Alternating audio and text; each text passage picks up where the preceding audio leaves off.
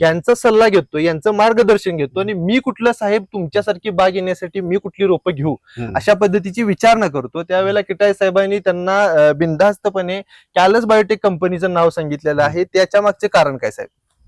ते आमचं प्रत्यक्षात आमचे शेतकरी आपले म्हणजे आपला अनुभव म्हणजे शेतात येऊन त्यांनी प्रत्यक्ष झाड बघितलेलं आहे.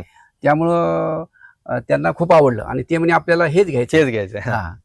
बरं, आता मला सांगा, शेती करतोय आपण, तुम्ही मगाशी सांगितलं की दुसरी सुद्धा शेती करत होतो, पारंपरिक पद्धतीने करत होतो, मात्र केळी परवडते असं का हो?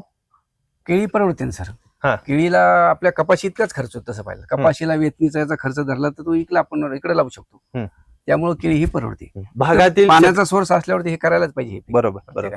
भागातील शेतकऱ्यांना साहेब सल्ला काय द्याल?